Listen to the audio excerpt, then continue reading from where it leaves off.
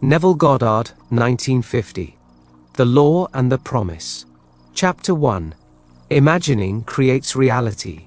Man is all imagination.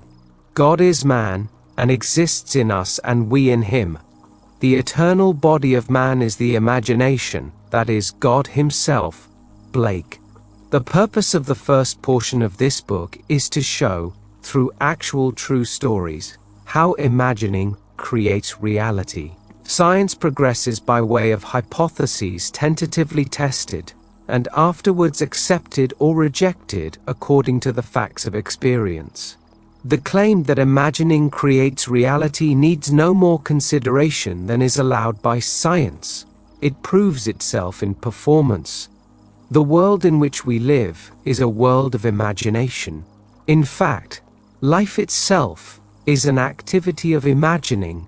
For Blake, wrote Professor Morrison of the University of St. Andrews, the world originates in a divine activity identical with what we know ourselves as the activity of imagination, his task being to open the immortal eyes of man inward into the worlds of thought, into eternity, ever expanding in the bosom of God, the human imagination. Nothing appears or continues in being by a power of its own. Events happen because comparatively stable imaginal activities created them, and they continue in being only as long as they receive such support. The secret of imagining, writes Douglas Fawcett, is the greatest of all problems to the solution of which the mystic aspires. Supreme power, supreme wisdom, supreme delight lie in the far-off solution of this mystery. When man solves the mystery of imagining, he will have discovered the secret of causation, and that is, imagining creates reality. Therefore, the man who is aware of what he is imagining knows what he is creating, realizes more and more that the drama of life is imaginal, not physical. All activity is at bottom imaginal. An awakened imagination works with a purpose. It creates and conserves the desirable, and transforms or destroys the undesirable. Divine imagining and human imagining are not two powers at all, rather one. The valid distinction which exists between the seeming two lies not in the substance with which they operate, but in the degree of intensity of the operant power itself. Acting at high tension, an imaginal act is an immediate objective fact. Keyed low, an imaginal act is realized in a time process. But whether imagination is keyed high or low, it is the ultimate, essentially non-objective reality from which objects are poured forth like sudden fancies. Hermann Kieserling, Count. The Travel Diary of a Philosopher. No object is independent of imagining on some level or levels. Everything in the world owes its character to imagination on one of its various levels. Objective reality, writes Fichte, is solely produced through imagination. Objects seem so independent of our perception of them that we incline to forget that they owe their origin to imagination. The world in which we live is a world of imagination, and man, through his imaginal activities, creates the realities and the circumstances of life. This he does either knowingly or unknowingly. Men pay too little attention to this priceless gift, the human imagination, and a gift is practically non-existent unless there is a conscious possession of it and a readiness to use it. All men possess the power to create reality, but this power sleeps as though dead when not consciously exercised. Men live in the very heart of creation, the human imagination, yet are no wiser for what takes place therein. The future will not be fundamentally different from the imaginal activities of man. Therefore, the individual who can summon at will whatever imaginal activity he pleases, and to whom the visions of his imagination are as real as the forms of nature, is master of his fate. The future is the imaginal activity of man in its creative march. Imagining is the creative power not only of the poet, the artist, the actor and orator, but of the scientist, the inventor, the merchant, and the artisan. Its abuse in unrestrained unlovely image-making is obvious. but its abuse in undue repression breeds a sterility which robs man of actual wealth of experience. Imagining novel solutions to ever more complex problems is far more noble than to run from problems. Life is the continual solution of a continuously synthetic problem. Imagining creates events. The world, created out of men's imagining, comprises unnumbered warring beliefs. Therefore, there can never be a perfectly stable or static state. Today's events are bound to disturb yesterday's established order. Imaginative men and women invariably unsettle a pre-existing peace of mind. Do not bow before the dictate of facts and accept life on the basis of the world without. Assert the supremacy of your imaginal acts over facts, and put all things in subjection to them. Hold fast to your ideal and your imagination. Nothing can take it from you, but your failure to persist in imagining the ideal realized. Imagine only such states that are of value or promise well. To attempt to change circumstances before you change your imaginal activity is to struggle against the very nature of things. There can be no outer change until there is first an imaginal change.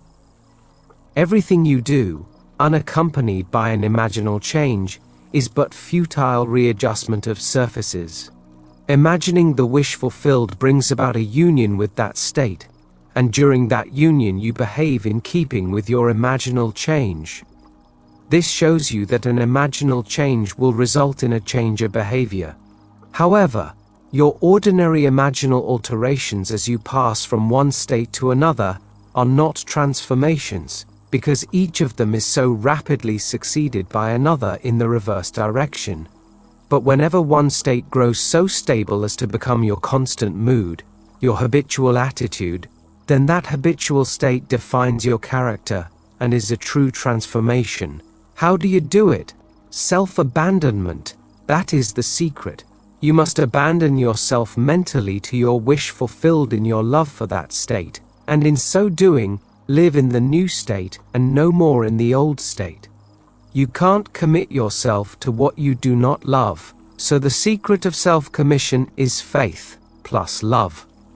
Faith is believing what is unbelievable. Commit yourself to the feeling of the wish fulfilled, in faith that this act of self-commission will become a reality. And it must become a reality, because imagining creates reality. Imagination is both conservative and transformative. It is conservative when it builds its world from images supplied by memory and the evidence of the senses. It is creatively transformative when it imagines things as they ought to be, building its world out of the generous dreams of fancy. In the procession of images, the ones that take precedence, naturally, are those of the senses. Nevertheless, a present sense impression is only an image. It does not differ in nature from a memory image or the image of a wish. What makes a present sense impression so objectively real is the individual's imagination functioning in it and thinking from it. Whereas in a memory image or a wish, the individual's imagination is not functioning in it and thinking from it, but is functioning out of it and thinking of it. If you would enter into the image in your imagination, then would you know what it is to be creatively transformative? Then would you realize your wish, and then you would be happy. Every image can be embodied, but unless you yourself enter the image and think from it, it is incapable of birth. Therefore, it is the height of folly to expect the wish to be realized by the mere passage of time. That which requires imaginative occupancy to produce its effect, obviously cannot be effected without such occupancy. You cannot be in one image and not suffer the consequences of not being in another. Imagination is spiritual sensation. Enter the image of the wish fulfilled, then give it sensory vividness and tones of reality by mentally acting as you would act were it a physical fact. Now this is what I mean by spiritual sensation. Imagine that you are holding a rose in your hand. Smell it. Do you detect the odor of roses? Well, if the rose is not there, Why is its fragrance in the air? Through spiritual sensation, that is, through imaginal sight, sound, scent, taste and touch, you can give to the image sensory vividness.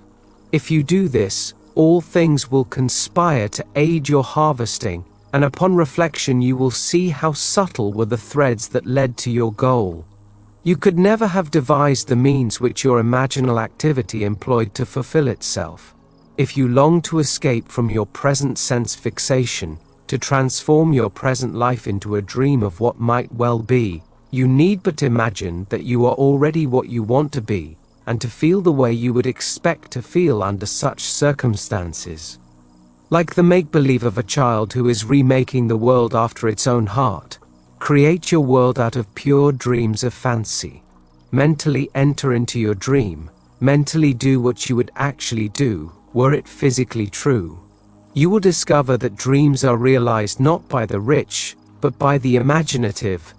Nothing stands between you and the fulfillment of your dreams but facts, and facts are the creations of imagining. If you change your imagining, you will change the facts. Man and his past are one continuous structure. This structure contains all of the facts which have been conserved and still operate below the threshold of his surface mind. For him, it is merely history. For him, it seems unalterable, a dead and firmly fixed past. But for itself, it is living. It is part of the living age. He cannot leave behind him the mistakes of the past, for nothing disappears. Everything that has been is still in existence. The past still exists, and it gives, and still gives, its results. Man must go back in memory, seek for and destroy the causes of evil, however far back they lie. This going into the past and replaying a scene of the past in imagination, as it ought to have been played the first time, I call revision, and revision results in repeal. Changing your life means changing the past. The causes of any present evil are the unrevised scenes of the past. The past and the present form the whole structure of man. They are carrying all of its contents with it. Any alteration of content will result in an alteration in the present and future. Live nobly, so that mind can store a past well worthy of recall. Should you fail to do so, remember, the first act of correction or cure is always revise. If the past is recreated into the present, so will the revised past be recreated into the present, or else the claim, though your sins are like scarlet, they shall be as white as snow, Isaiah 1:18, is a lie, and it is no lie. The purpose of the story-to-story commentary that follows is to link up as briefly as possible the distinct but never disconnected themes of the 14 chapters into which I have divided the first part of this book. It will serve, I hope, as a thread of coherent thought that binds the whole into proof of its claim. Imagining creates reality. To make such a claim is easily done. To prove it in the experience of others is far sterner. To stir you to use the law constructively in your own life, that is the aim of this book. Chapter 2. Dwell therein. My God, I heard this day, that none doth build a stately habitation, but he that means to dwell therein. What house more stately hath there been or can be than is man, to whose creation all things are in decay? George Herbert. I wish it were true of man's noble dreams, but unfortunately, perpetual construction, deferred occupancy, is the common fault of man. Why build a stately habitation, unless you intend to dwell therein? Why build a dream house and not dwell therein? This is the secret of those who lie in bed awake while they dream things true. They know how to live in their dream until, in fact, they do just that. Man, through the medium of a controlled waking dream, can predetermine his future. That imaginal activity, of living in the feeling of the wish fulfilled, leads man across a bridge of incident to the fulfillment of the dream. If we live in the dream, thinking from it and not of it, then the creative power of imagining will answer our adventurous fancy, and the wish fulfilled will break in upon us and take us unawares. Man is all imagination, therefore, man must be where he is in imagination, for his imagination is himself. To realize that imagination is not something tied to the senses or enclosed within the spatial boundary of the body is most important. Although man moves about in space by movement of his physical body, he need not be so restricted. He can move by a change in what he is aware of. However real the scene on which sight rests, man can gaze on one never before witnessed. He can always remove the mountain if it upsets his concept of what life ought to be. This ability to mentally move from things as they are to things as they ought to be is one of the most important discoveries that man can make. It reveals man as a center of imagining with powers of intervention, which enable him to alter the course of observed events, moving from success to success through a series of mental transformations of nature, of others, and himself. For many years, a doctor and his wife dreamed about their stately habitation, but not until they imaginatively lived in it did they manifest it. Here is their story. Some 15 years ago, Mrs. M and I purchased a lot on which we built a 2-story building housing our office and living area. We left ample space on the lot for an apartment building, if and when our finances would permit. All those years we were busy paying off our mortgage, and at the end of that time had no money for the additional building we still desired so much.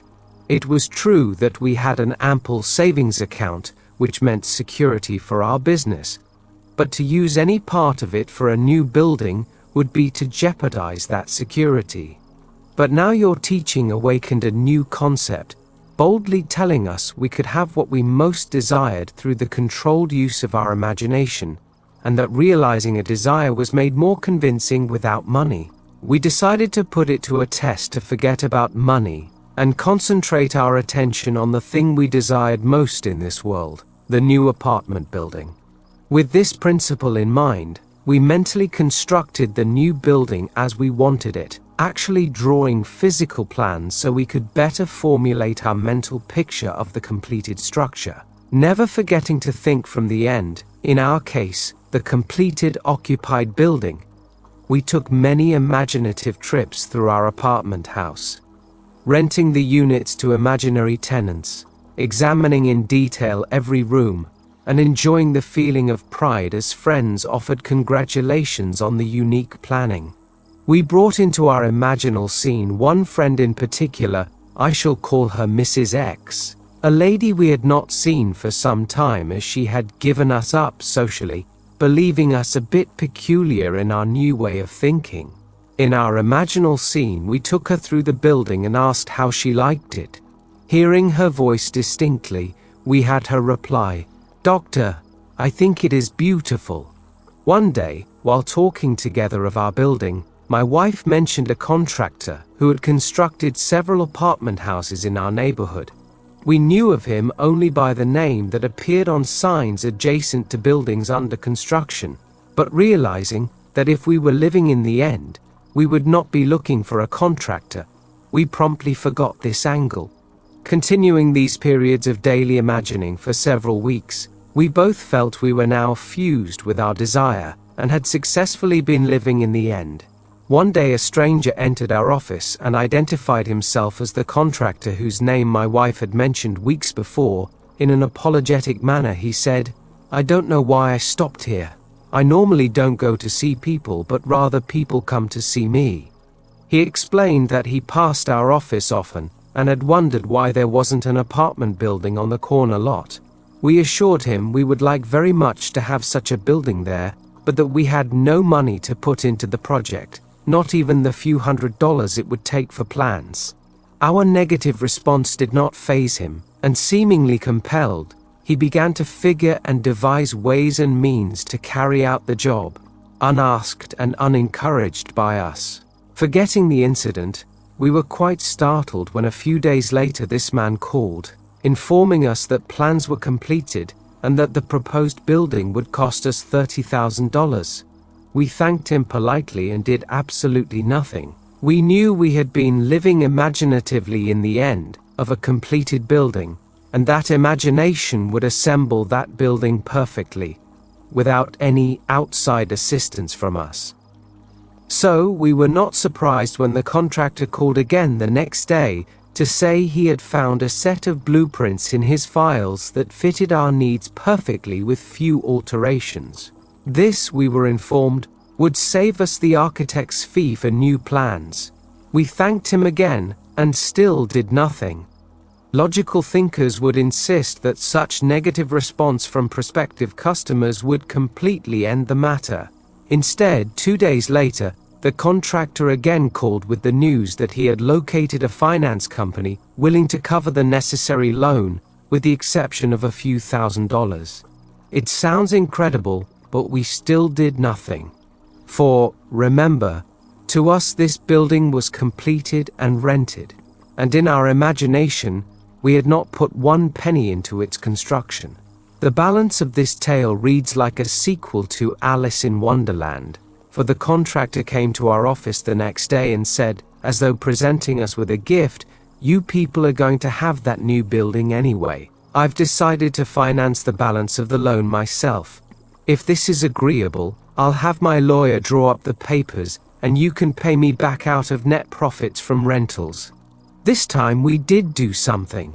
We signed the papers, and construction began immediately. Most of the apartment units were rented before final completion, and all but one occupied the day of completion.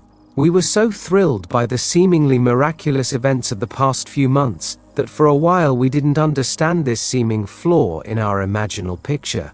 But knowing what we had already accomplished through the power of imagining, we immediately conceived another imaginal scene, and in it, this time, instead of showing the party through the unit and hearing the words, "We'll take it," we ourselves in imagination visited tenants who had already moved in that apartment. We allowed them to show us through the rooms and heard their pleased and satisfied comments. 3 days later, that apartment was rented. Our original imaginary drama had objectified itself in every detail save one, and that one became a reality when, 1 month later, our friend Mrs. X surprised us with a long overdue visit, expressing her desire to see our new building. Gladly we took her through, and at the end of the tour heard her speak the line we had heard in our imagination so many weeks before, as with emphasis on each word, she said, "Doctor, I think it is beautiful."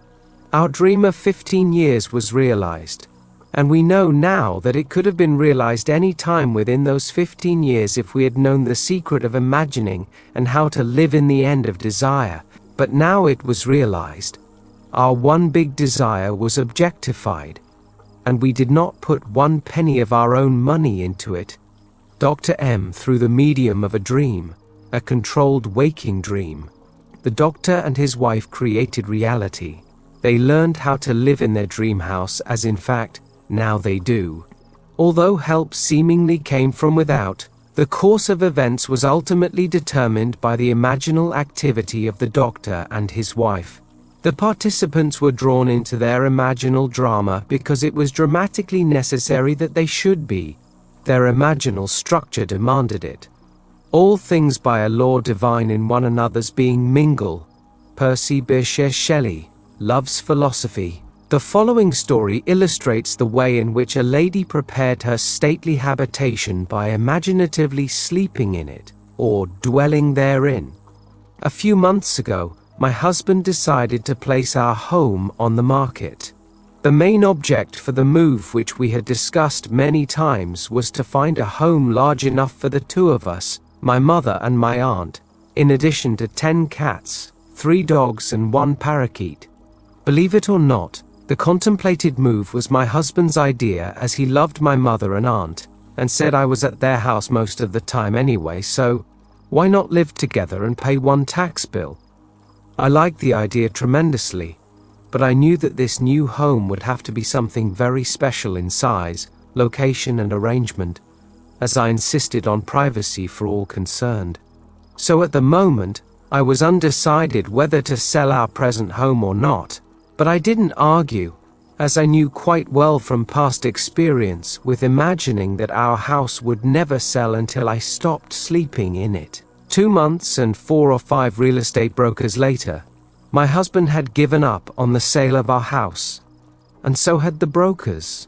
At this point, I had convinced myself I now wanted the change, so for 4 nights, in my imagination, I went to sleep in the kind of home I would like to own. On the 5th day, my husband had an appointment at a friend's home, and while there, met a stranger who just happened to be looking for a house in the hills. He was, of course, brought swiftly back to see our house, which he walked through once and said, "I'll buy it."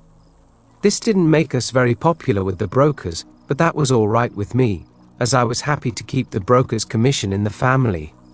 We moved within 10 days and stayed with my mother while looking for our new home. We listed our requirements with every agent on the Sunset Strip only, because I wouldn't move out of the area, and each one of them without exception informed us we were both mad.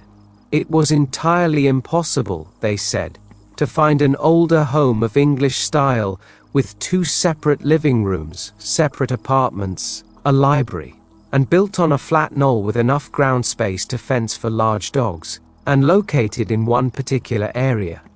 When we told them the price we would pay for this house, they just looked sad. I said that wasn't all we wanted. We wanted wood paneling all through the house, a huge fireplace, a magnificent view and seclusion. No close neighbors, please. At this point, the lady agent would giggle and remind me that there was no such house, but if there were, they would realize 5 times what we were willing to pay. But I knew there was such a house, because my imagination had been sleeping in it, and if I am my imagination, then I had been sleeping in it. By the 2nd week, we had exhausted 5 real estate offices, and the gentleman in the 6th office was looking a little wild when one of his partners, who had not spoken until then, said, "Why don't you show them the place up King's Road?" A third partner in the office laughed sourly and said, "That property isn't even listed, and besides, the old lady would throw you off the property. She's got 2 acres up there and you know she wouldn't split." Well, I didn't know what she wouldn't split, but my interest had been aroused by the street name, for I liked that particular area best of all. So I asked, why not just take a look anyway, for laughs? As we drove up the street and turned off onto a private road, we approached a large 2-story house built of redwood and brick, English in appearance, surrounded by tall trees and sitting alone and aloof on its own knoll, viewing the city below from all of its many windows. I felt a peculiar excitement as we walked to the front door and were greeted by a lovely woman who graciously asked us in. I do not think I breathed for the next minute or two, for I had walked into the most exquisite room I had ever seen. The solid redwood walls and the brick of a great fireplace rose to a height of 28 feet, terminating in an arched ceiling joined together by huge redwood beams. The room was straight out of Dickens, and I could almost hear Christmas carolers singing on the balcony of the upstairs dining room, which looked out over the living room. A great cathedral window gave a view of sky, mountains and city far below, and the beautiful old redwood walls glowed in the sunlight. We were shown through a spacious apartment on the lower floor with connecting library, separate entrance and separate patio. 2 staircases led upward to a long hall opening into 2 separate bedrooms and baths. And at the end of the hall was, yes, a second living room, opening out onto a second patio screened by trees and redwood fencing. Built on 2 acres of beautifully landscaped grounds, I began to understand what the agent had meant by saying, "She wouldn't split," for on 1 acre stood a large swimming pool and pool house completely separated from the main house but undoubtedly belonging to it. It did indeed seem to be an impossible situation, as we did not want 2 acres of highly taxable property plus a swimming pool a block away from the house. Before we left, I walked through that magnificent living room, once more going up the stairs to the dining room balcony. I turned, and looking down saw my husband standing by the fireplace, pipe in hand, with an expression of perfect satisfaction on his face. I placed my hands on the balcony railing and watched him for a moment. When we were back in the real estate office, the 3 agents were ready to close for the day, but my husband detained them, saying, "Let's make her an offer anyway. Maybe she will split the property. What can we lose?" One agent left the office without a word. Another said, "The idea is ridiculous." The agent we had originally talked to said, "Forget it, it's a pipe dream." My husband is not easily annoyed, but when he is, there is no more stubborn creature on earth. He was now annoyed. He sat down, slammed his hand on a desk and roared, "It's your business to submit offers, isn't it?" They agreed that this was so, and finally promised to submit our offer on the property. We left, and that night, in my imagination, I stood on that dining room balcony and looked down at my husband standing by the fireplace. He looked up at me and said, "Well, honey, how do you like our new home?" I said, "I love it." I continued to see that beautiful room and my husband in it and felt the balcony railing gripped in my hands until I fell asleep.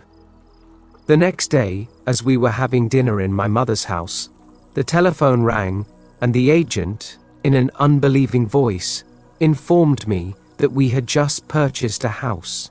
The owner had split the property right down the middle, giving us the house and the acre it stood on for the price we offered. JRB. Dreamers often lie in bed awake, while they do dream things true. Approximately William Shakespeare, Romeo and Juliet. One must adopt either the way of imagination or the way of sense. No compromise or neutrality is possible. He who is not for me is against me. Matthew 12:30, Luke 11:23. When man finally identifies himself with his imagination rather than his senses, he has at long last discovered the core of reality. I have often been warned by self-styled realists that man will never realize his dream by simply imagining that it is already here. Yet, man can realize his dream by simply imagining that it is already here. That is exactly what this collection of stories proves. If only men were prepared to live imaginatively in the feeling of the wish fulfilled, advancing confidently in their controlled waking dream, then the power of imagining would answer their adventurous fancy, and the wish fulfilled would break in upon them and take them unawares. Nothing is more continuously wonderful than the things that happen every day to the man with imagination sufficiently awake to realize their wonder. Observe your imaginal activities. Imagine better than the best you know, and create a better world for yourself and others. Live as though the wish had come, even though it is yet to come, and you will shorten the period of waiting. The world is imaginal, not mechanistic. Imaginal acts, not blind fate, determine the course of history. Chapter 3. Turn the wheel backward. Oh, let your strong imagination turn the great wheel backward until Troy unburn. Sir John Collins Squire. The Birds. All life is, throughout the ages, nothing but the continuing solution of a continuous synthetic problem. H.G. Wells. The perfectly stable or static state is always unattainable. The end attained objectively always realizes more than the end the individual originally had in view. This in turn creates a new situation of inner conflict, needing novel solutions to force man along the path of creative evolution. His touch is infinite and lends a yonder to all ends. George Meredith, Hymn to Color. Today's events are bound to disturb yesterday's established order. The creatively active imagination invariably unsettles a pre-existing peace of mind. The question may arise as to how, by representing others to ourselves as better than they really were, or mentally rewriting a letter to make it conform to our wish, or by revising the scene of an accident, the interview with the employer, and so on, could change what seems to be the unalterable facts of the past. But remember my claims for imagining. Imagining creates reality. What it makes, it can unmake. It is not only conservative, building a life from images supplied by memory. It is also creatively transformative, altering a theme already in being.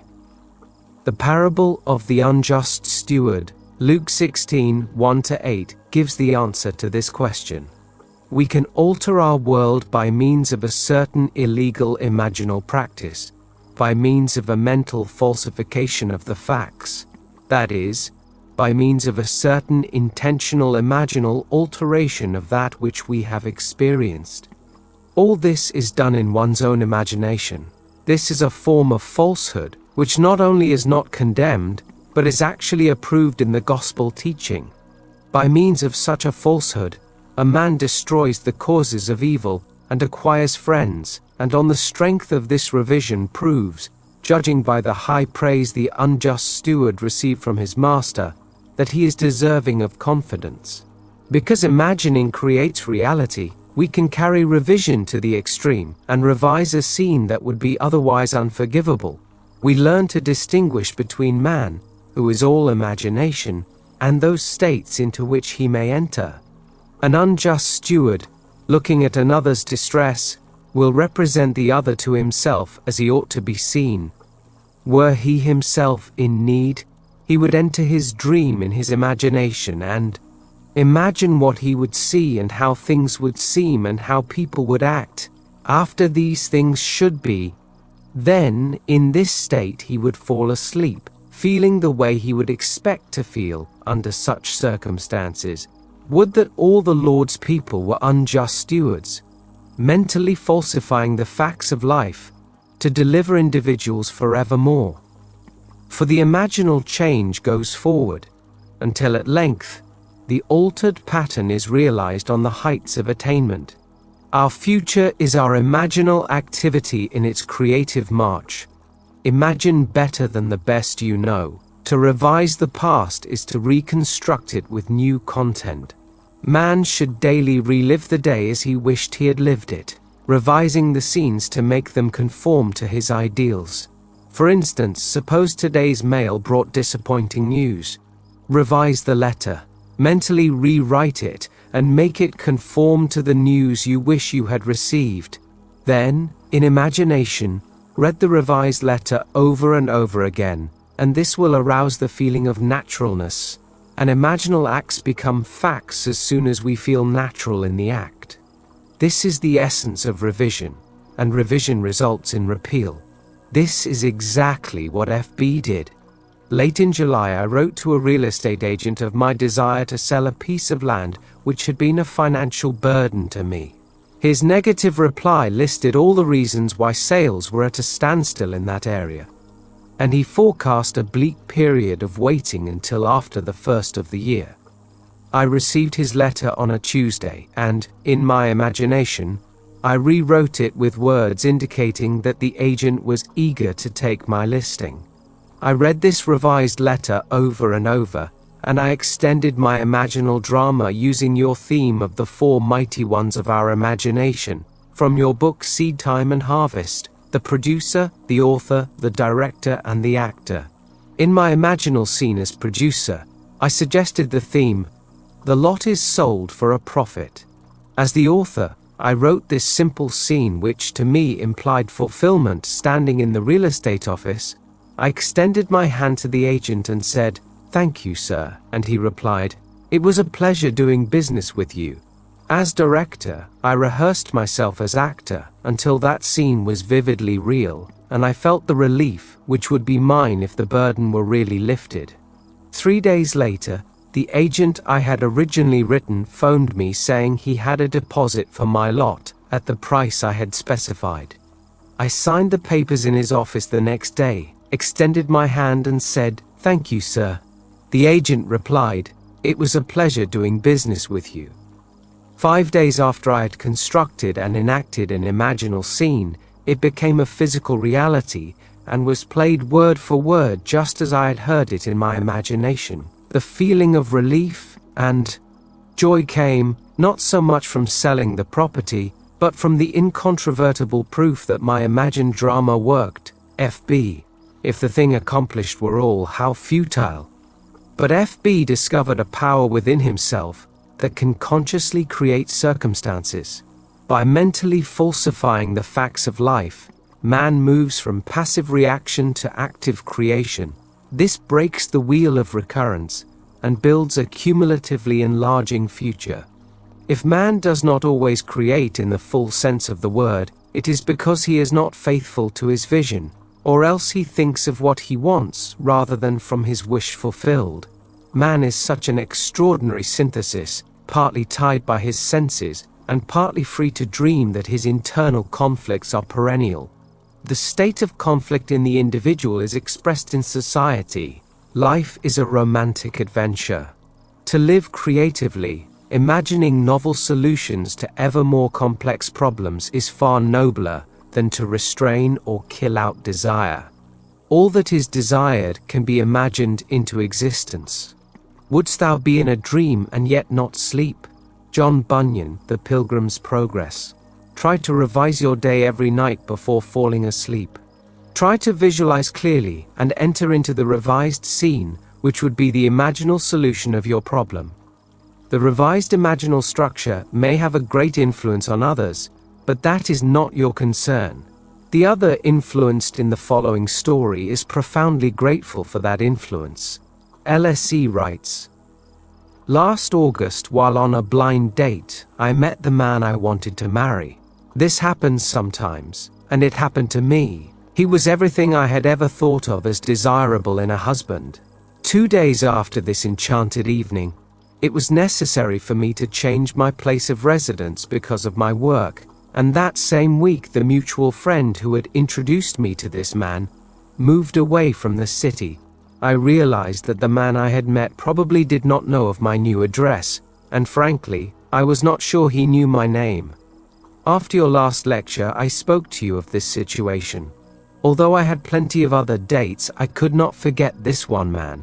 Your lecture was based on revising our day, and after speaking to you, I determined to revise my day every day. Before going to sleep that night, I felt I was in a different bed, in my own home, as a married woman, and not as a single working girl, sharing an apartment with 3 other girls. I twisted an imaginary wedding band on my imaginary left hand, saying over and over to myself, 'This is wonderful, I really am Mrs. J.' And I fell asleep in what was, a moment before, a waking dream. I repeated this imaginary scene for 1 month, night after night. The first week in October he found me. On our second date, I knew my dreams were rightly placed. Your teaching tells us to live in the end of our desire until that desire becomes fact. So although I did not know how he felt toward me, I continued, night after night, living in the feeling of my dream realized. The results? In November he proposed. In January we announced our engagement, and the following May we were married. The loveliest part of it all, however, is that I am happier than I ever dreamed possible, and I know in my heart, he is too. Mrs. G, by using her imagination radically, instead of conservatively, by building her world out of pure dreams of fancy, rather than using images supplied by memory, she brought about the fulfillment of her dream. Common sense would have used images supplied by her memory, and thereby perpetuated the fact of lack in her life. Imagination created what she desired out of a dream of fancy. Everyone must live wholly on the level of imagination, and it must be consciously and deliberately undertaken. Lovers and madmen have such seething brains, such shaping fantasies, that apprehend more than cool reason over comprehends. William Shakespeare, A Midsummer Night's Dream. If our time of revision be well spent, we need not worry about results. Our fondest hopes will be realized. Art thou real, earth? Am I? In whose dream do we exist? Approximately Frank Kendon, The Timepiece. There is no inevitable permanence in anything. Both past and present continue to exist only because they are sustained by imagining on some level or other, and a radical transformation of life is always possible by man revising the undesirable part of it. In his letter, Mr. R.S. questions this subject of influence. During your current series of lectures, trouble developed with collections on one of my trust deeds. The security, a house and lot, was neglected and run down. The owners were apparently spending their money in bars, while their two little girls, aged 9 and 11, were noticeably uncared for. However, forgetting appearances, I began to revise the situation. In my imagination, I drove my wife past the property and said to her, "Isn't the yard beautiful? It's so neat and well cared for. Those people really show their love for their home. This is one trust deed we will never have to worry about." I would see the house and lot as I wanted to see it, a place so lovely it gave me a warm glow of pleasure. Every time the thought of this property came to me, I repeated my imaginal scene. After I had been practicing this revision for some time, the woman who lived in the house had an automobile accident. While she was in the hospital, her husband disappeared. The children were cared for by neighbors, and I was tempted to visit the mother in the hospital to reassure her of assistance if necessary. But how could I, when my imaginary scene implied that she and her family were happy, successful, and obviously contented? So I did nothing but my daily revision.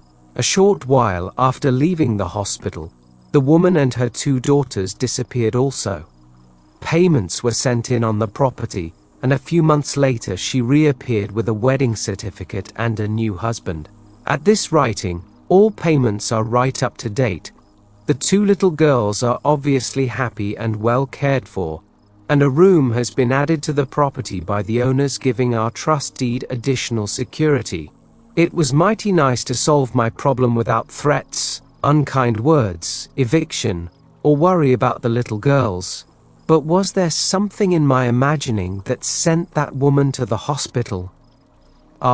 Any imaginal activity acquiring intensity through our concentrated attention to clarity of the end desired tends to overflow into regions beyond where we are, but we must leave it to take care of such imaginal activity itself.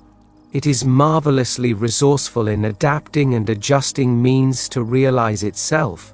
Once we think in terms of influence rather than of clarity of the end desired, the effort of imagination becomes an effort of will, and the great art of imagining is perverted into tyranny.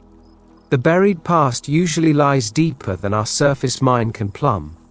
But fortunately, for this lady, she remembered and proved that the made past can also be unmade through revision. For 39 years I had suffered from a weak back. The pain would increase and decrease, but would never leave completely. The condition had progressed to the point where I used medical treatment almost constantly. The doctor would put the hip right for the moment, but the pains simply would not go away. One night, I heard you speak of revision, and wondered to myself if a condition of almost 40 years could be revised. I had remembered that at the age of 3 or 4 years, I had fallen backward from a very high swing, and had been quite ill at that time because of a serious hip injury. From that time on, I had never been completely free from pain, and had paid many a dollar to alleviate the condition, to no avail. This year, during the month of August, the pain had become more intense, and one night I decided to test myself and attempt to revise that ancient accident, which had been the cause of so much distress in pain and costly medical fees most of my adult life. Many nights passed before I could feel myself back to the age of childhood play, but I succeeded. One night I actually felt myself on that swing, feeling the rush of wind as the swing rose higher and higher. As the swing slowed down, I jumped forward, landing solidly and easily on my feet. In the imaginal action, I ran to my mother and insisted that she come watch what I could do. I did it again, jumping down from the swing and landing safely on my 2 feet. I repeated this imaginal act over and over until I fell asleep in the doing of it. Within 2 days, the pain in my back and hip began to recede, and within 2 months pain no longer existed for me. A condition that had plagued me for more than 39 years, that had cost a small fortune in attempted cure, was no more. It is to the pruning shears of revision that we owe our prime fruit. man and his past are one continuous structure. This structure contains all of the past which has been conserved and still operates below the threshold of his senses to influence the present and the future of his life. The whole is carrying all of its contents with it. Any alteration of content will result in an alteration in the present and the future. The first act of correction or cure is always revise. If the past can be recreated into the present, so can the revised past, and thus the revised past appears within the very heart of her present life. Not fate, but a revised past brought her good fortune. Make results and accomplishment the crucial test of true imagination, and your confidence in the power of imagination to create reality will grow gradually from your experiments, with revision confronted by experience. Only by this process of experiment can you realize the potential power of your awakened and controlled imagination. "How much do you owe my master?" he said. 100 measures of oil. And he said to him, "Take your bill, and sit down quickly and write 50. Luke 16:5-6. This parable of the unjust steward urges us to mentally falsify the facts of life, to alter a theme already in being. By means of such imaginative falsehoods, a man acquires friends. Luke 16:9. As each day falls, mentally revise the facts of life and make them conform to events well worthy of recall. Tomorrow will take up the altered pattern and go forward until at length it is realized on the heights of attainment. The reader will find it worthwhile to follow these clues, imaginal construction of scenes implying the wish fulfilled, and imaginative participation in these scenes until tones of reality are reached. We are dealing with the secret of imagining, in which man is seen awakening into a world completely subject to his imaginative power. Man can understand recurrence of events well enough, the building of a world from images supplied by memory, things remaining as they are. This gives him a sense of security in the stability of things. However, the presence within him of a power which awakens and becomes what it wills, radically changing its form, its environment and the circumstances of life, inspires in him a feeling of insecurity, a dreadful fear of the future. Now, it is high time to awake out of sleep, Romans 13:11, and put an end to all the unlovely creations of sleeping man. Revise each day. Let your strong imagination turn the great wheel backward until Troy unburn. Sir John Collins, Squire, The Birds. Chapter 4. There is no fiction. The distinction between what is real and what is imaginary is not one that can be finally maintained.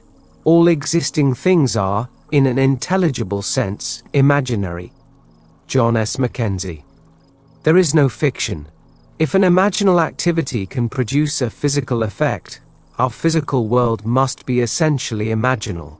To prove this would require merely that we observe our imaginal activities and watch to see whether or not they produce corresponding external effects. If they do, then we must conclude that there is no fiction. Today's imaginal drama, fiction, becomes tomorrow's fact. If we had this wider view of causation, that causation is mental, not physical, that our mental states are causative of physical effects, then we would realize our responsibility as a creator and imagine only the best imaginable. Fable enacted as a sort of stage play in the mind is what causes the physical facts of life. Man believes that reality resides in the solid objects he sees around him, that it is in this world that the drama of life originates, that events spring suddenly into existence, created moment by moment out of antecedent physical facts. But causation does not lie in the external world of facts. The drama of life originates in the imagination of man. The real act of becoming takes place within man's imagination and not without. The following stories could define causation as the assemblage of mental states which, occurring, creates that which the assemblage implies. The foreword from Walter Lord's A Night to Remember illustrates my claim. Imagining creates reality. In 1898, a struggling author named Morgan Robertson concocted a novel about a fabulous Atlantic liner, far larger than any that had ever been built.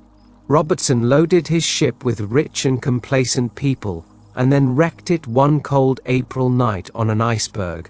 This somehow showed the futility of everything, and in fact, the book was called Futility when it appeared that year, published by the firm of M.F. Mansfield. 14 years later, a British shipping company, named the White Star Line, built a steamer remarkably like the one in Robertson's novel. The new liner was 66,000 tons displacement, Robertson's was 70,000 tons. The real ship was 882.5 feet long, the fictional one was 800 feet. Both could carry about 3,000 people, and both had enough lifeboats for only a fraction of this number. But then this didn't seem to matter because both were labeled unshakable. On April 19, 1912, the real ship left Southampton on her maiden voyage to New York. Her cargo included a priceless copy of the Rubaiyat of Omar Khayyam, and a list of passengers collectively worth $250 million. On her way over, she too struck an iceberg and went down on a cold April night. Robertson called his ship the Titan. The White Star Line called its ship the Titanic. Had Morgan Robertson known that imagining creates reality, that today's fiction is tomorrow's fact, would he have written the novel Futility? In the moment of the tragic catastrophe, writes Schopenhauer, the conviction becomes more distinct to us than ever that life is a bad dream from which we have to awake, and the bad dream is caused by the imaginal activity of sleeping humanity. Imaginal activities may be remote from their manifestation, and unobserved events are only appearance. Causation as seen in this tragedy is elsewhere in space-time. Far off from the scene of action, invisible to all, was Robertson's imaginal activity, like a scientist in a control room directing his guided missile through space-time. Who paints a picture, writes a play or book which others read while he's asleep in bed or the other side of the world? When they overlook his page, the sleeper might as well be dead. What knows he of his distant, unfelt life? What knows he of the thoughts his thoughts are raising, the life his life is giving, or the strife concerning him? Some cavilling, some praising.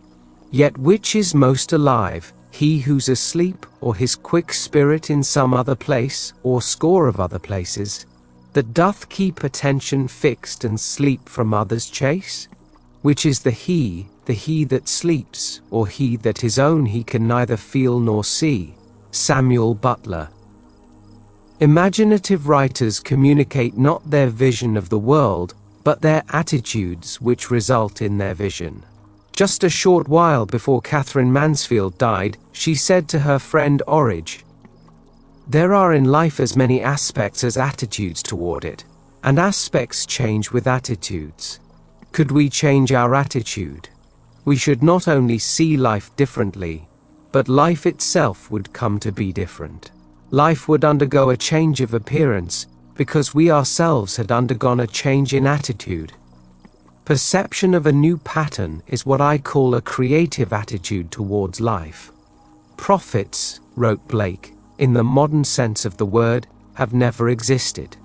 Jonah was no prophet in the modern sense, for his prophecy of Nineveh failed. Every honest man is a prophet. He utters his opinion both of private and public matters. Thus, if you go on so, the result is so. He never says such a thing shall happen, let you do what you will. A prophet is a seer, not an arbitrary dictator. The function of the prophet is not to tell us what is inevitable, but to tell us what can be built up out of persistent imaginal activities. The future is determined by the imaginal activities of humanity, activities in their creative march, activities which can be seen in your dreams and the visions of your head as you lay in bed." Daniel 2:28. Would that all the Lord's people were prophets. Numbers 11:29. in the true sense of the word, like this dancer, who now, from the summit of his realized ideal, sights yet higher peaks that are to be scaled.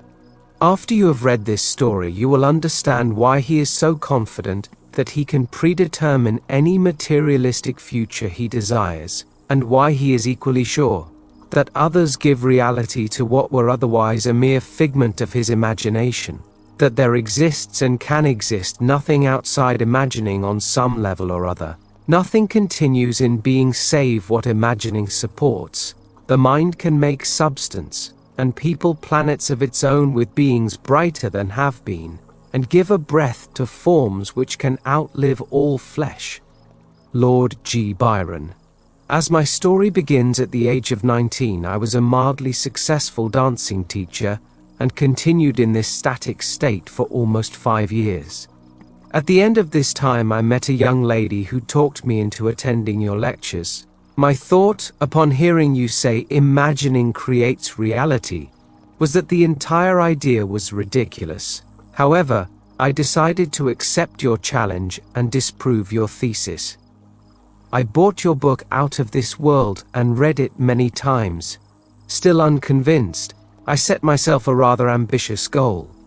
My present position was as an instructor with the Arthur Murray Dance Studio, and my goal was to own a franchise and be boss of an Arthur Murray studio myself. This seemed the most unlikely thing in the world, as franchises were extremely difficult to secure. But on top of this fact, I was completely without the necessary funds to begin such an operation. Nevertheless, I assumed the feeling of my wish fulfilled as night after night, in my imagination, I went to sleep managing my own studio. 3 weeks later, a friend called me from Reno, Nevada. He had the Murray studio there, and said it was too much for him to cope with alone. He offered me a partnership, and I was delighted. So delighted, in fact, that I hastened to Reno on borrowed money, and promptly forgot all about you and your story of imagination. My partner and I worked hard, and were very successful, but after a year I was still not satisfied. I wanted more. I began thinking of ways and means to get another studio. All my efforts failed. One night as I retired, I was restless and decided to read. As I looked through my collection of books, I noticed your slender volume, Out of This World. I thought of the silly nonsense I had gone through 1 year ago before getting my own studio. Getting my own studio. The words in my mind electrified me. I reread the book that night, and later, in my imagination, I heard my superior praise the good job we had done in Reno, and suggest we acquire a second studio, as he had a second location ready for us if we desired to expand. I reenacted this imaginal scene nightly without fail. 3 weeks from the first night of my imaginal drama, it materialized, almost word for word. My partner accepted the new studio in Bakersfield, and I had the Reno studio alone. Now I was convinced of the truth of your teaching, and never again will I forget. Now I wanted to share this wonderful knowledge of imaginal power with my staff. I tried to tell them of the marvels they could accomplish, but I was unable to reach many, although one fantastic incident resulted from my efforts to tell this story. A young teacher told me he believed my story, but said it would have probably happened anyway in time. He insisted the entire theory was nonsense, but stated that if I could tell him something of an incredible nature that would actually happen and which he could witness, then he would believe. I accepted his challenge and conceived a truly fantastic test. The Reno studio is the most insignificant in the entire Murray system because of the small population count in the city itself. There are over 300 Murray studios in the country, with much larger populations, therefore providing greater possibilities to draw from. So, my test was this.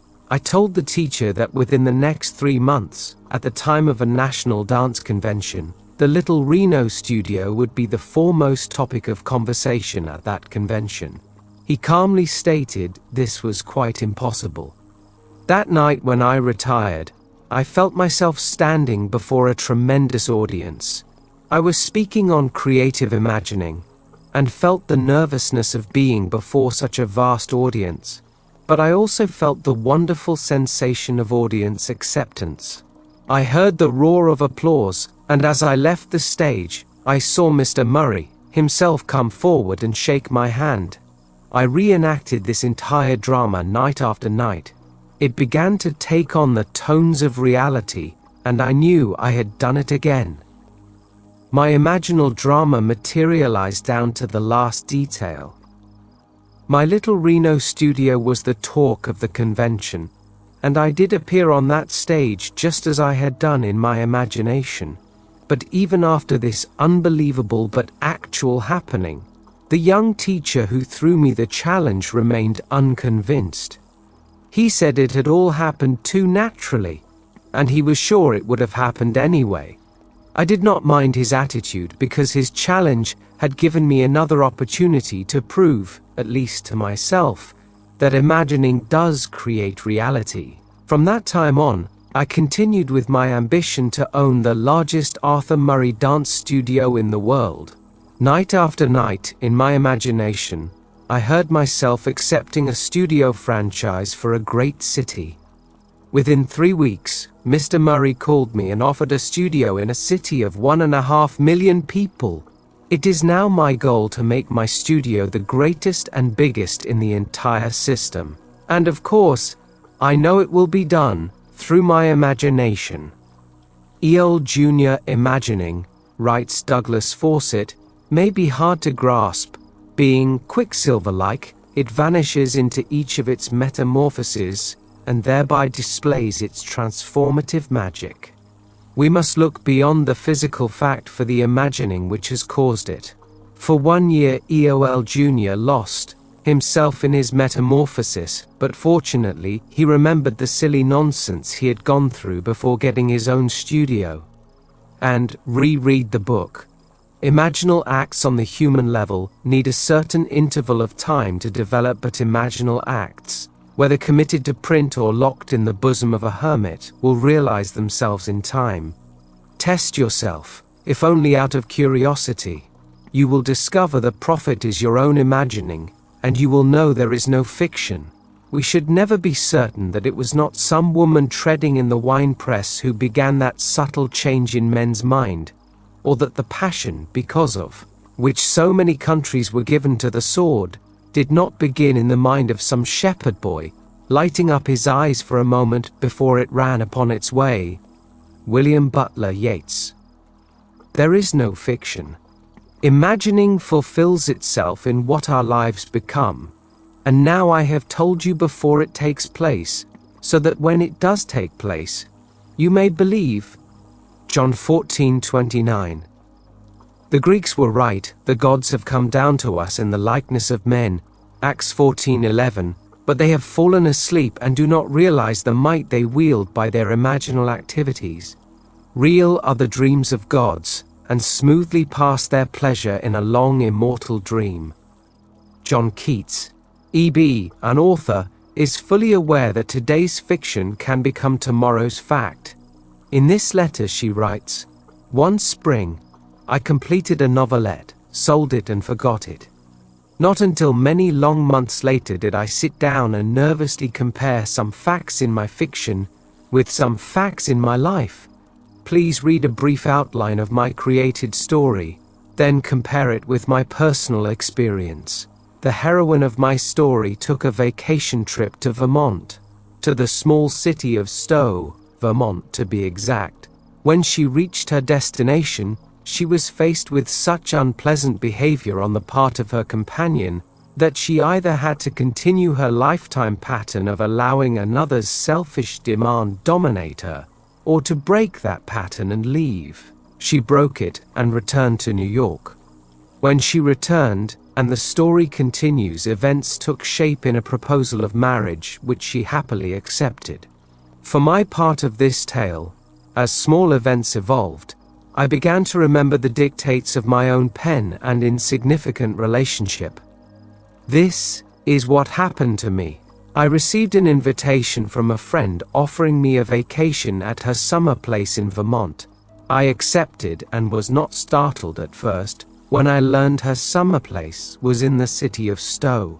When I arrived, I found my hostess in such a highly nervous state, I realized I was faced with either a wretched summer or the choice of walking out on her. Never before in my life had I been strong enough to ignore what I thought were the claims of duty and friendship. But this time I did, and without ceremony returned to New York. A few days after I returned to my home, I too received a proposal of marriage. But at this point fact and fiction parted. I refused the offer. I know, Neville, there is no such thing as fiction. E.B. Forgetful is green earth. The gods alone remember everlastingly. By their great memories the gods are known. George Meredith, Ballads and Poems of Tragic Life. Ends run true to their imaginal origins. We reap the fruit of forgotten blossom time. In life the events do not come up always where we have strewn the seed, so that we may not recognize our own harvest. Events are the emergence of a hidden imaginal activity. Man is free to imagine whatever he desires. This is why, despite all fatalists and misguided prophets of doom, all awakened men know that they are free. They know that they are creating reality.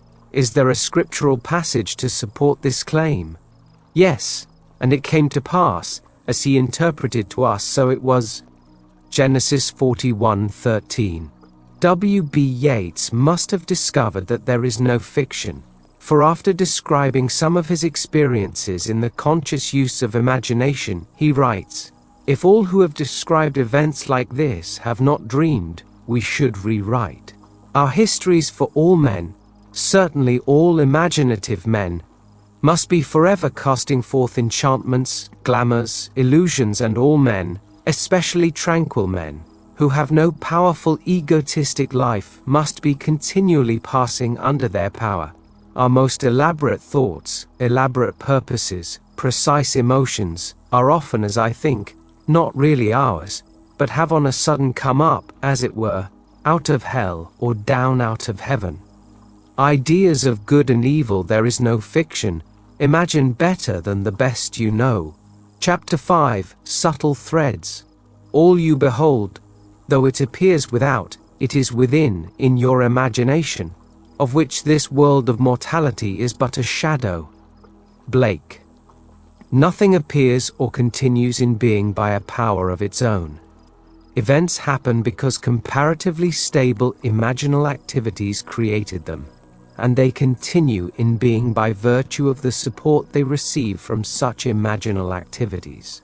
The part which imagining the wish fulfilled plays in consciously creating circumstances is obvious in this series of stories. You will see how the telling of one story of the successful use of imagination can serve as a spur and a challenge to others to try it and see. One night a gentleman rose in my audience. He said that he had no question to ask but would like to tell me something. This was his story. When he came out of the armed forces after World War II, he got a job that gave him take-home pay of $25 a week.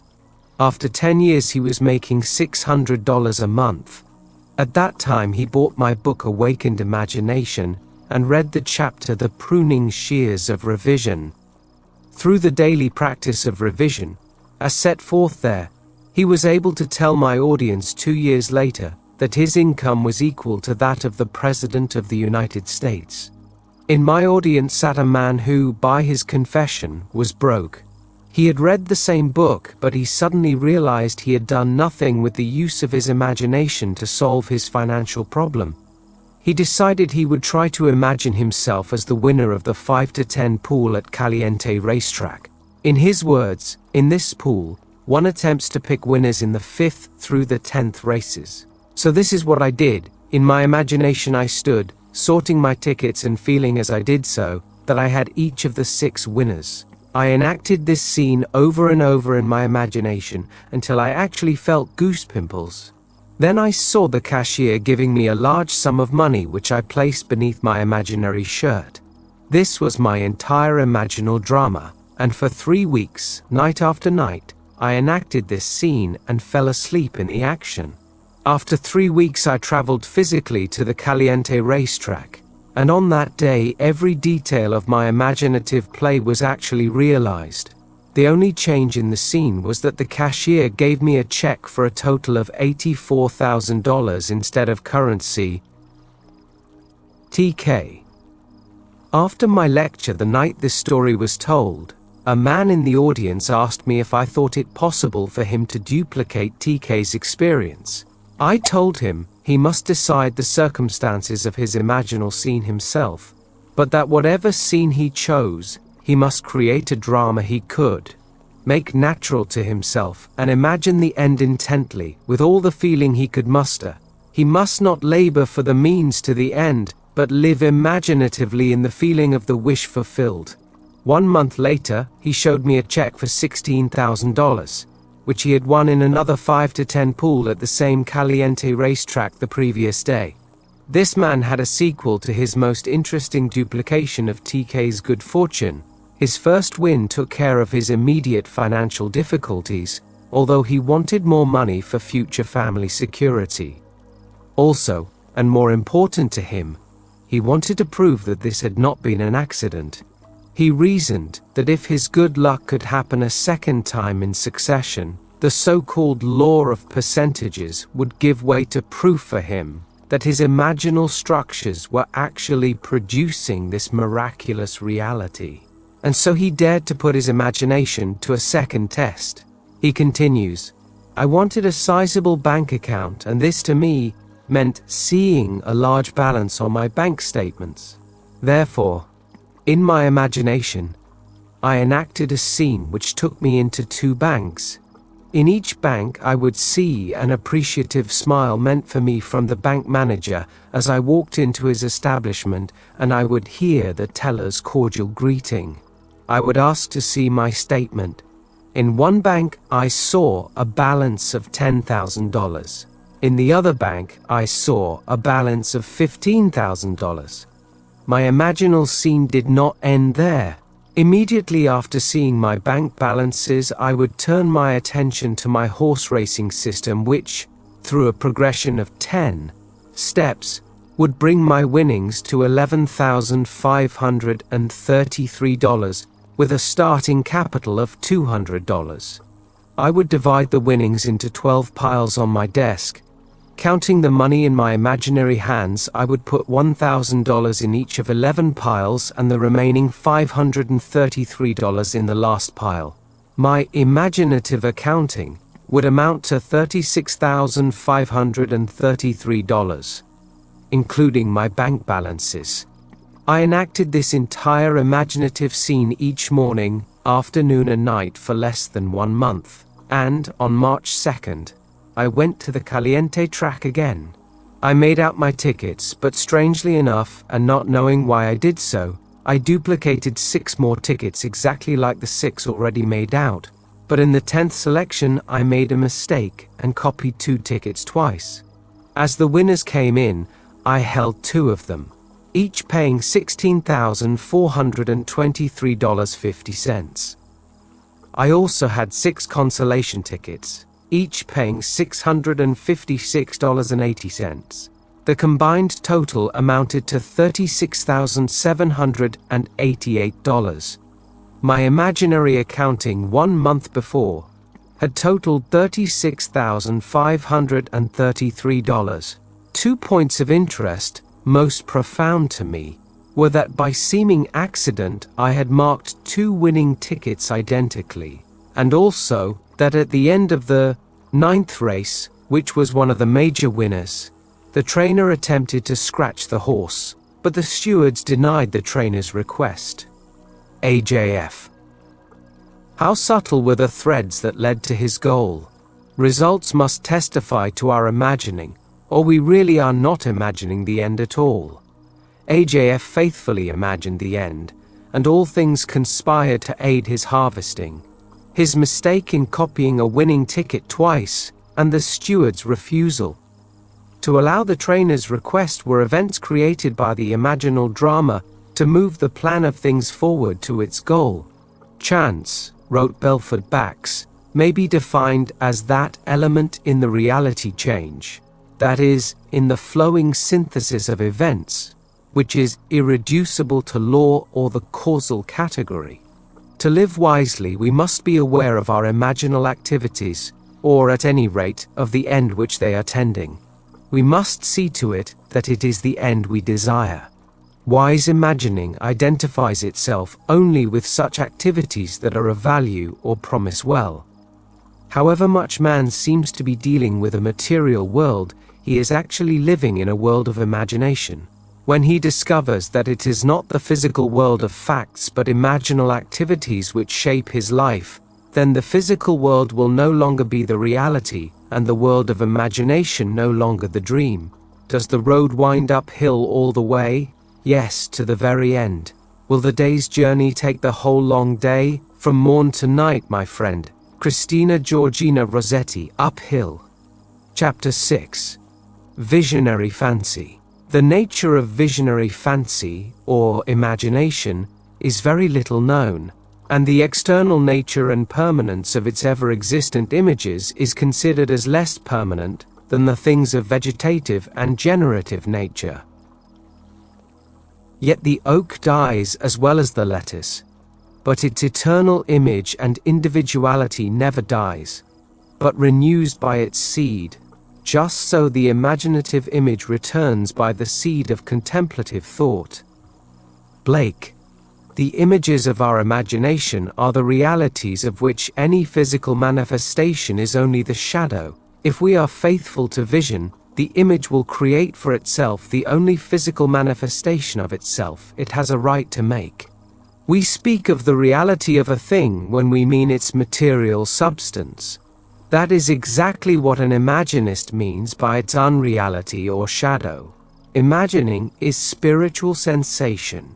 Enter into the feeling of your wish fulfilled. Through spiritual sensation, through your use of imaginal sight, sound, scent, taste and touch, you will give to your image the sensory vividness necessary to produce that image in your outer or shadow world. Here is the story of one who was faithful to his vision. F.B., being a true imaginist, remembered what he had heard in his imagination. Thus he writes, "A friend who knows my passionate fondness for opera tried to get Kirsten Flagstad's complete recording of Tristan and Isolde for me at Christmas. In over a dozen record stores he was told the same thing. RCA Victor is not reissuing this recording, and there have been no copies available since June. On December 27th, I determined to prove your principle again, by getting the album I desired so intensely. Lying down in my living room, I mentally walked into a record shop I patronize, and asked the one salesman whose face and voice I could recall, 'Do you have Flagstad's complete Isolde?' He replied, 'Yes, I have.' That ended the scene, and I repeated it until it was real to me. Late that afternoon I went to that record shop to physically enact the scene. Not one detail supplied by the senses had encouraged me to believe I could walk out of that shop with those records. I had been told last September, by the same salesman, in the same shop, the same story my friend had received there before Christmas. Approaching the salesman I had seen in imagination that morning, I said, 'Do you have Flagstad's complete Isolde?' He replied, 'No, we haven't.' Without saying anything audible to him, I said inwardly, 'That's not what I heard you say.' As I turned to leave the shop, I noticed on a top shelf what I thought to be an advertisement of this set of records, and remarked to the salesman, 'If you don't have the merchandise, you shouldn't advertise it.' 'That's right,' he replied, and as he reached up to take it down, discovered it to be a complete album, with all 5 records. The scene wasn't played exactly as I had constructed it, but the result confirmed what my imagined scene implied. How can I thank you? F.B. After reading F.B.'s letter, we must agree with Anthony Eden that an assumption, though false if persisted in, will harden into fact. F.B.'s fancy, fusing with the sense field of the record shop, enriched aspects of it and made them his, what he perceived. Our future is our imagining in its creative march. FB used his imagination for a conscious purpose, representing life as he desired it to be, and thereby affecting life instead of merely reflecting it.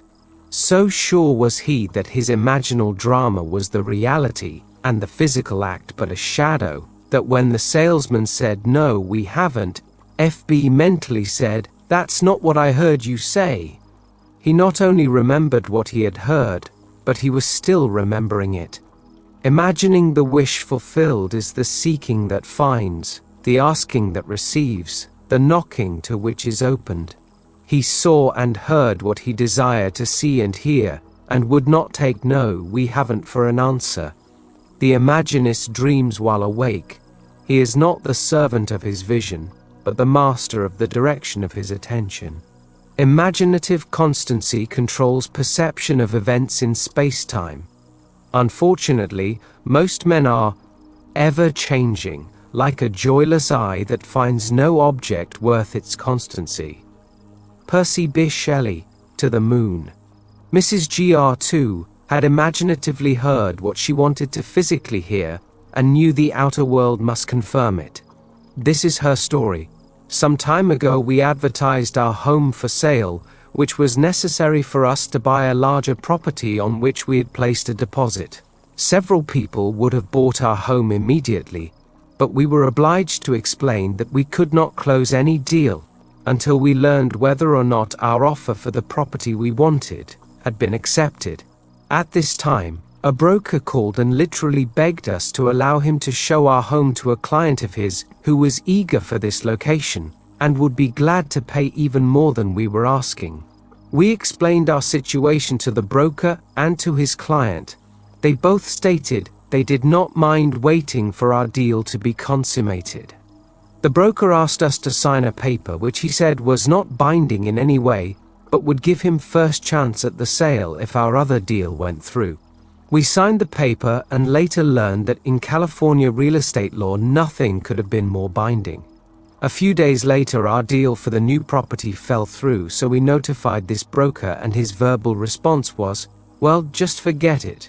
2 weeks later, he filed suit against us for $1,500 commission. Trial date was set and we asked for a jury trial.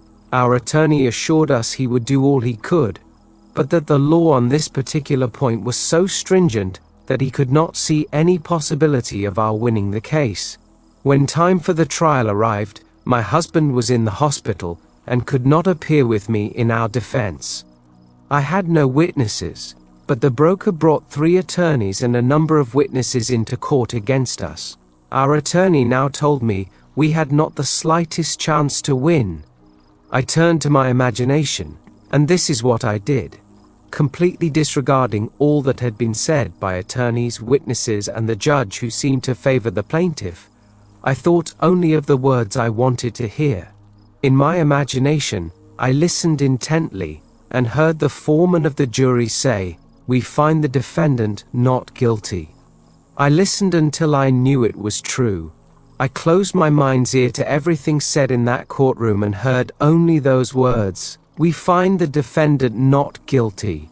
The jury deliberated from noon recess until 4:30 that afternoon, and all during those hours, I sat in the courtroom and heard those words over and over in my imagination.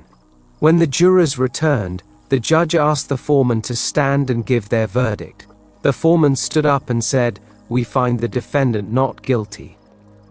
Mrs. Gr. If there were dreams to sell, what would you buy?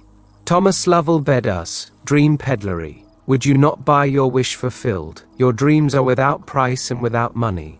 By locking up the jury in her imagination, hearing only what she wanted to hear, she called the jury to unanimity on her behalf, imagining being the reality of all that exists. With it the lady achieved her wish fulfilled. Hebel's statement that the poet creates from contemplation is true of imaginists as well. They know how to utilize their video-audio hallucinations to create reality. Nothing is so fatal as conformity. We must not allow ourselves to be girt about by the ringed fixity of fact. Change the image, and thereby change the fact.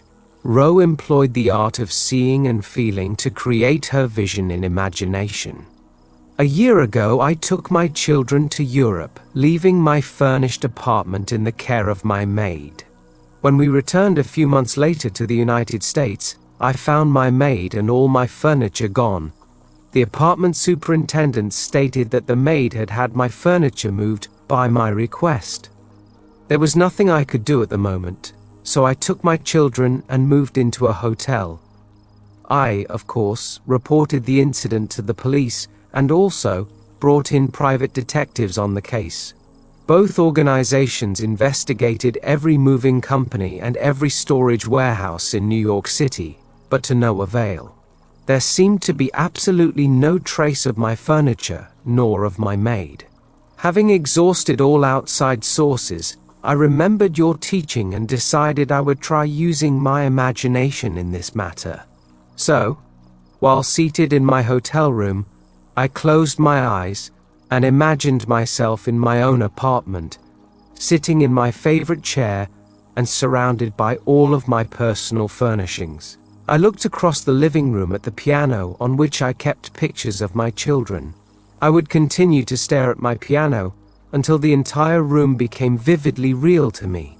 I could see my children's pictures and actually feel the upholstery of the chair in which, in my imagination, I sat. The next day, as I came out of my bank, I turned to walk in the direction of my vacant apartment instead of toward my hotel. When I reached the corner, I discovered my mistake and was just about to turn back when my attention was drawn to a very familiar pair of ankles. Yes, the ankles belonged to my maid. I walked up to her and took hold of her arm. She was quite frightened, but I assured her all I wanted from her was my furniture. I called a taxi and she took me to the place in which her friends had stored my furnishings. In one day, my imagination had found what an entire big city police force and private investigators could not find in weeks. Rowe, this lady knew of the secret of imagining before she called in the police, but imagining, in spite of its importance, was forgotten owing to attention being fixed on facts. However, what reason failed to find by force, imagining found without effort. Nothing merely goes on, including the sense of loss, without its imaginal support. By imagining that she was seated in her own chair, in her own living room, surrounded by all of her own furnishings, she withdrew the imaginal support she had given to her sense of loss, and by this imaginal change she recovered her lost furniture and re-established her home. Your imagination is most creative when you imagine things as you desire them to be, building a new experience out of a dream of fancy. To build such a dream of fancy in her imagination, FG brought to play all of her senses: sight, sound, touch, smell, even taste. This is her story. Since childhood, I have dreamed of visiting faraway places. The West Indies, particularly, fired my fancy, and I would revel in the feeling of actually being there. Dreams are wonderfully inexpensive, and as an adult I continued to dream my dreams, for I had no money or time to make them come true. Last year I was taken to the hospital in need of surgery. I had heard your teaching and, while recuperating, had decided to intensify my favorite daydream while I had time on my hands. I actually wrote to the Alcoa steamship line asking for free travel folders, and pored over them hour after hour, choosing the ship and the stateroom and the 7 ports I desired most to see. I would close my eyes and in my imagination would walk up the gangplank of that ship and feel the movement of water as the great liner pushed its way into free ocean. I heard the thud of waves breaking against the sides of the ship, felt the steaming warmth of a tropical sun on my face, and smelled and tasted salt in the air as we all sailed through blue waters. For 1 solid week, confined to a hospital bed, I lived the free and happy experience of actually being on that ship. Then, the day before my release from the hospital, I tucked the colored folders away and forgot them. 2 months later, I received a telegram from an advertising agency telling me I had won a contest. I remembered having deposited a contest coupon some months before in a neighborhood supermarket, but had completely forgotten the act. I had won first prize and, wonder of wonders, it entitled me to a Caribbean cruise sponsored by the Alcoa steamship line. But the wonder didn't stop there. The very stateroom I had imaginatively lived in and moved about in while confined to a hospital bed had been assigned to me. And to make an unbelievable story even more unbelievable, I sailed on the one ship I had chosen, which stopped in not one, but all of the 7 ports I had desired to visit. FG to travel is the privilege, not of the rich, but of the imaginative. Stephen Berrien Stanton, The Essential Life, 1908. Chapter 7. Moods. This is an age in which the mood decides the fortunes of people, rather than the fortunes decide the mood. Sir Winston Churchill. Men regard their moods far too much as effects and not sufficiently as causes.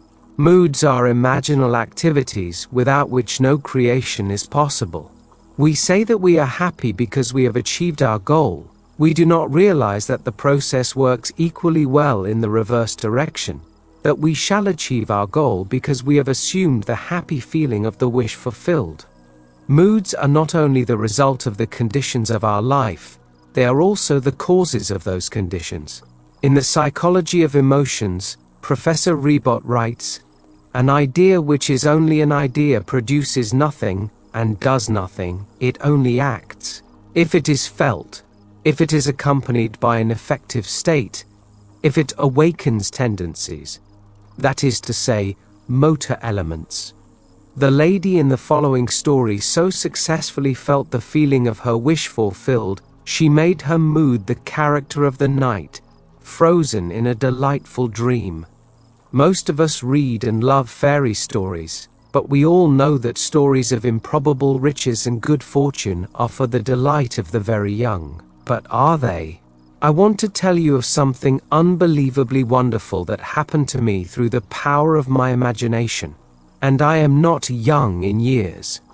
We live in an age which believes in neither fable nor magic, and yet everything I could possibly want in my wildest daydreams was given to me by the simple use of what you teach, that imagining creates reality, and that feeling is the secret of imagining. At the time this wonderful thing happened to me, I was out of a job and had no family to fall back upon for support. I needed just about everything. To find a decent job, I needed a car to look for it, and though I had a car, it was so worn out it was ready to fall apart. I was behind in my rent, I had no proper clothes to seek a job, and today it's no fun for a woman of 55 to apply for a job of any kind. My bank account was almost depleted, and there was no friend to whom I could turn. But I had been attending your lectures for almost a year, and my desperation forced me to put my imagination to the test. Indeed, I had nothing to lose. It was natural for me, I suppose, to begin by imagining myself having everything I needed. But I needed so many things and in such short order, that I found myself exhausted when I finally got through the list, and by that time I was so nervous I could not sleep. One lecture night I heard you tell of an artist who captured the feeling, or word as you called it, of "isn't it wonderful" in his personal experience. I began to apply this idea to my case. Instead of thinking of and imagining every article I needed, I tried to capture the feeling that something wonderful was happening to me, not tomorrow, not next week, but right now. I would say over and over to myself as I fell asleep, "Isn't it wonderful? Something marvelous is happening to me now." And as I fell asleep, I would feel the way I would expect to feel under such circumstances. I repeated that imaginary action and feeling for 2 months, night after night. And one day in early October, I met a casual friend I hadn't seen for months who informed me he was about to leave on a trip to New York. I had lived in New York many years ago, and we talked of the city a few moments and then parted. I completely forgot the incident. 1 month later, to the day, this man called at my apartment and simply handed me a certified check in my name for $2,500. After I got over the initial shock of seeing my name on a check for so much money, the story that unfolded seemed to me like a dream. It concerned a friend I had not seen nor heard from in more than 25 years. This friend of my past, I now learned, had become extremely wealthy in those 25 years. Our mutual acquaintance who had brought the check to me had met him quite by accident during the trip to New York last month. During their conversation they spoke of me, and for reasons I was not to know, for to this day I have not heard from him personally and have never attempted to contact him. This old friend decided to share a portion of his great wealth with me.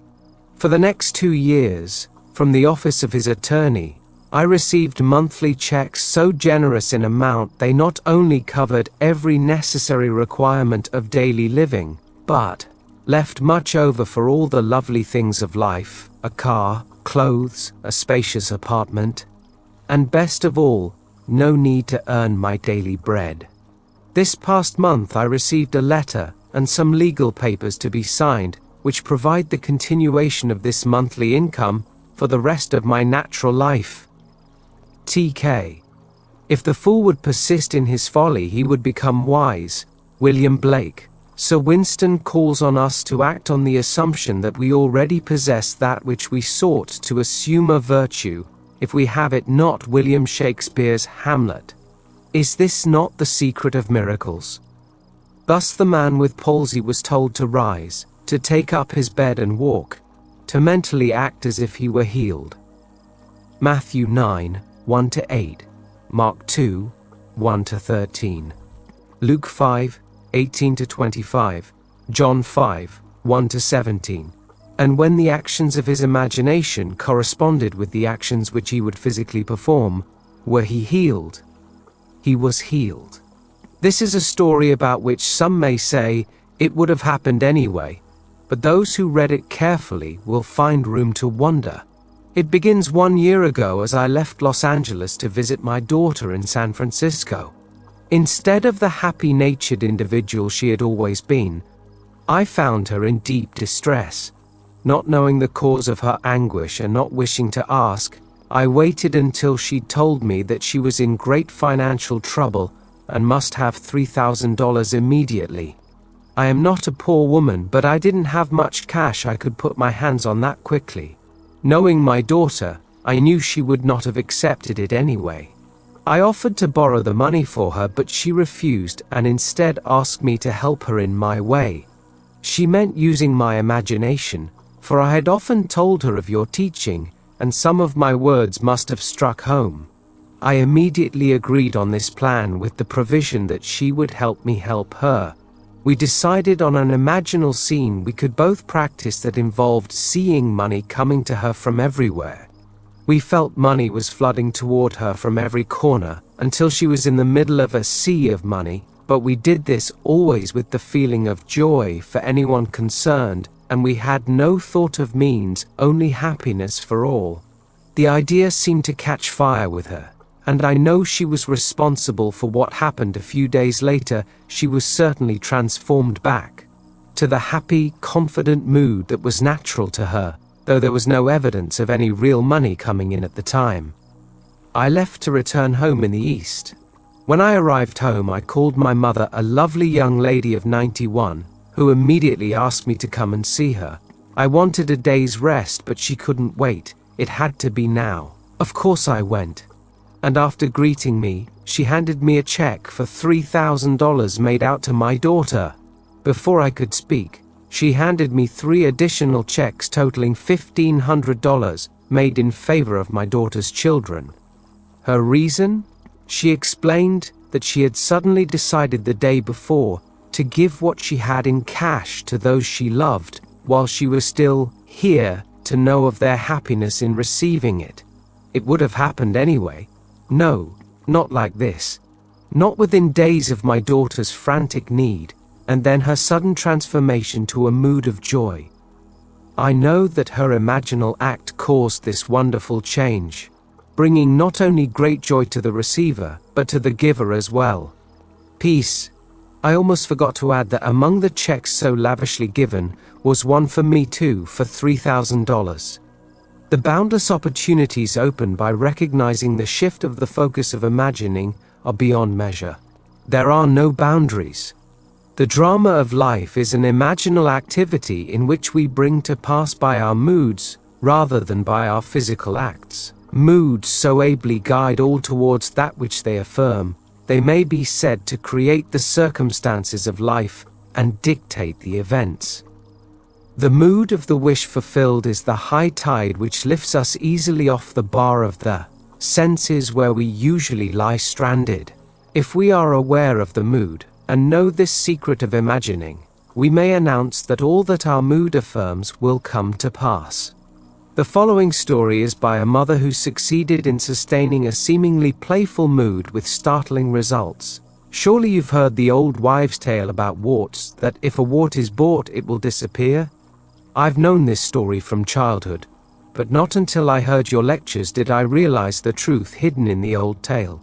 My boy, a lad of 10, had many large, ugly warts on his legs, causing an irritation which had plagued him for years. I decided that my sudden insight could be used to his advantage. A boy has a lot of faith in his mother as a rule, so I asked him if he would like to be rid of his warts. He quickly said yes, but he did not want to go to a doctor. I asked him to play a little game with me, that I would pay him a sum of money for each wart. This suited him fine, he said. He didn't see how he could lose. We arrived at a fair price, he thought, and then I said, "Now, I'm paying you good money for those warts. They no longer belong to you. You never keep property belonging to someone else, so you can no longer keep those warts. They will disappear. It may take a day, 2 days, or a month, but remember that I've bought them, and they belong to me." My son was delighted with our game, and the results sound like something read in old musty books on magic. But believe me, within 10 days the warts began to fade, and, at the end of 1 month, every wart on his body had completely disappeared. There is a sequel to this story, for I've bought warts from many people.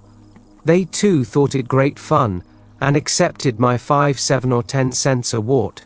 In each case the wart disappeared, but really, only one person believes me when I tell him his imagination alone took away the warts. That one person is my young son.